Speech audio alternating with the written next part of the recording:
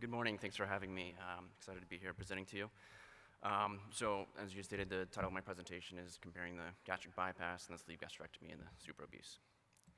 I have no disclosures to disclose. Use the little button. Yeah, use the green button. Okay, thanks. All right. Within the growing obesity epidemic, there's been a substantial increase in the number of patients that are super obese with BMIs greater than 50. But currently, there is no consensus on what the best bariatric procedure is for this special population. The two most common procedures that are being done at this time are the sleeve gastrectomy and the Roux-En-Y gastric bypass. But there's only small retrospective single institution studies that examine these two procedures in this population. So the objective of our study was to compare the sleeve gastrectomy and the gastric bypass in super obese patients. And to do this, we used the BOLD database from 2007 to 2012. We included all patients that had a BMI greater than 50 that underwent a sleeve gastrectomy or a gastric bypass. Any patients that had had prior bariatric surgery or cases that were not laparoscopic were excluded. The primary outcome of our study was weight loss at 12 months, and secondary outcomes were obesity-related comorbidity resolution and improvement, as well as 30-day perioperative safety rates. We used a stepwise logistic regression model to calculate a propensity score to adjust for patient demographics and comorbidities, and the covariates used in that model are displayed here. So we identified 50,987 patients in the entire cohort, of which 42,119 had a gastric bypass, 8,868 had a sleeve gastrectomy. The mean age of the entire cohort was 43 years, and the mean BMI was 57.1, and 73% were female. So this chart displays the adjusted preoperative characteristics of gastric bypass and sleeve gastrectomy groups. Our stepwise regression model was able to make the two groups very similar. Unadjusted, the groups had large differences among 10 different variables, but with the model, the differences are now very small.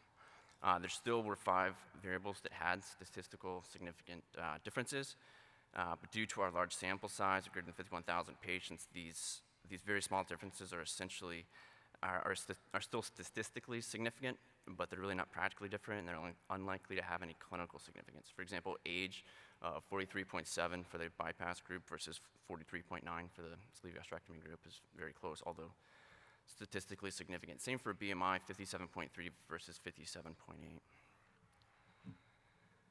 So comparing the 30-day perioperative safety rates, we do see differences in the two procedures. For the overall complication rate, there was no difference, 11.5 for the gastric bypass, 11.1 for the sleeve gastrectomy. But the gastric bypass did have high rates of reoperation and readmission, while the sleeve gastrectomy had high rates of postoperative nausea vomiting. But the mortality rate, the 30-day mortality rate between the two procedures was 0.3 for the gastric bypass and 0.2 for the sleeve gastrectomy. And this had a borderline significant p-value, 0.042. But on our analysis of the 90-day data, there was no difference in mortality between the two procedures. So this graph compares the percent total weight loss between the two procedures with gastric bypass in blue and sleeve gastrectomy in red. And you can see that at all time points, the gastric bypass had higher percent total weight loss, and all differences were statistically significant. So at 12 months, the percent total weight loss was 34% for the bypass and 29% for the sleeve gastrectomy. And other than just percent total weight loss, the gastric bypass had better weight loss results across all metrics, all of which were statistically significant with very low p-values.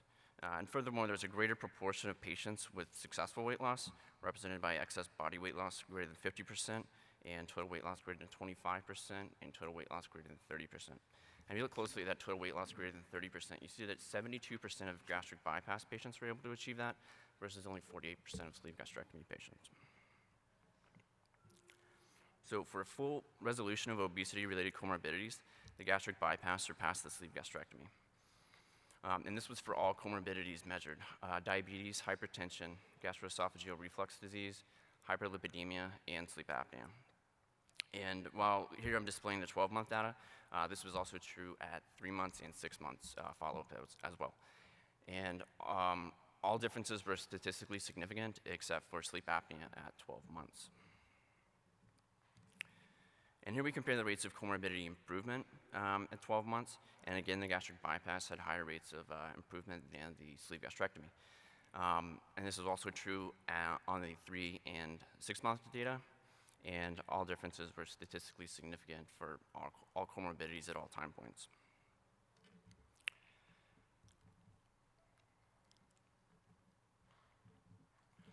So our study does have several limitations. Using a large nationwide database, it is inherent to selection bias. While our analysis was retrospective, the database was prospectively maintained, has been previously clinically validated. Our follow-up was limited to only 12 months, so any long-term complications from these procedures we would not have captured. And the sleeve gastrectomy is still a relatively new operation, still gaining in popularity for most of our study period.